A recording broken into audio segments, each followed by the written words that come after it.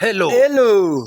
Vijana ya nani? Yanatembea wenyewe. Sasa Yes. Mambo ilichemuka last week hapo status mambo imechemuka last week kabisa. Sasa bwana, watu wameanza kutuma mapepo status.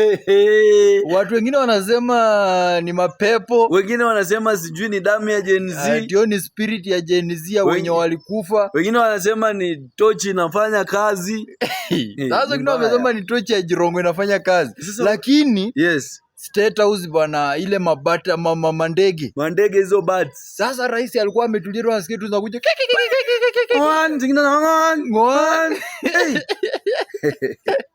Asa ikabidi watumie mpaka matia gas kuzitawanisha. State House hadi ikakuwa kama maandamano. Tena nikakuwa na maandamano. Yaani Gen Z wenyewe wameanza kujipiga matia gas. Gen Z walisema ati lazima tufike State House. Sasa kumbe wamefika State House in form of bad. Sasa tena mkapea rais kazi ngumu, akaonjako tena tear gas State House. For the first time in history. Tear gas ikarushwa State House. Ati kufukuza mandege. Au si kuwa mandege? Au ni majenzi?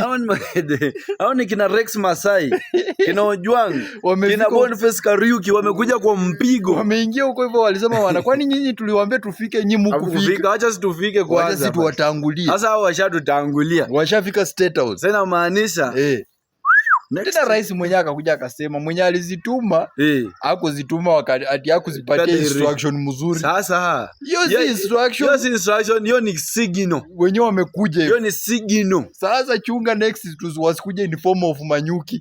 Next nyuki tear gas ukipiga hivi tear gas usietu inaingia kwa mapua yako.